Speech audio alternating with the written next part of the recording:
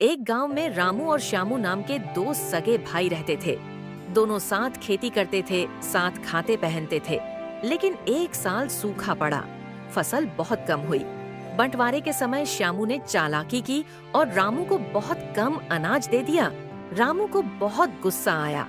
उसने श्यामू से सारे रिश्ते तोड़ लिए और गांव में सबको कह दिया, मेरा भाई धोखेबाज है। समय गुजरा, श्यामू को अपनी गलती का पछतावा हुआ। वह कई बार रामू के पास माफी मांगने गया, लेकिन हर बार रामू ने दरवाजा बंद कर लिया और चिल्लाकर कहा, तूने एक बार धोखा दिया, अब दोबारा विश्वास नहीं कर सकता। एक रविवार की सुबह कलीसिया में पास्टर ने बाइबल खोली और पढ़ाया। तब पतरस ने पास आकर यीशु से कहा, हे प्रभु, यदि मेरा भाई मेरे खिलाफ पाप करे तो मैं उसे कितनी बार क्षमा करूं? 7 बार तक? यीशु ने उससे कहा, मैं तुझसे नहीं कहता कि 7 बार तक, परंतु 70 बार 7 बार तक। मत्ती 18:21-22। फिर पास्टर ने उसी अध्याय का दृष्टांत पढ़ाया कि एक राजा था जिसने अपने एक दास का 10,000 कंटार यानी करोड़ों रुपए का कर्ज माफ कर दिया। लेकिन वही दास बाहर जाकर अपने साथी दास का 100 दीनार, बहुत छोटा कर्ज, नहीं माफ कर पाया। राजा को पता चला तो उसने उस दुष्ट दास को फिर से कैद खाने में डलवा दिया। तब यीशु ने कहा, मेरा स्वर्गीय पिता भी तुम्हारे साथ वैसा ही करेगा यदि तुम हर एक अपने भाई के अपराध को अपने मन से क्षमा न करो। मत्ती 18:35।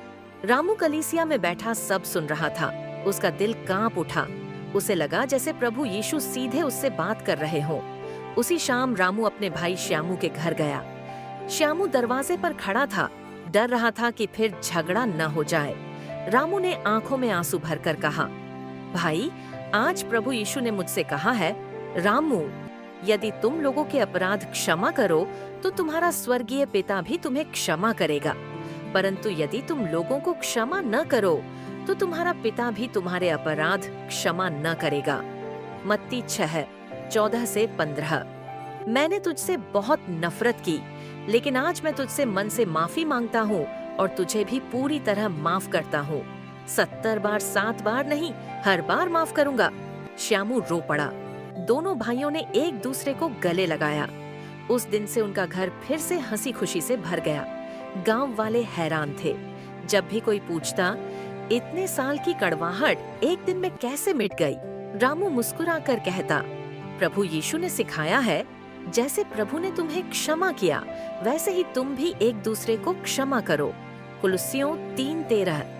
प्रभु यीशु चाहते हैं कि हम मन से क्षमा करें, जैसे परमेश्वर ने हमें क्षमा किया।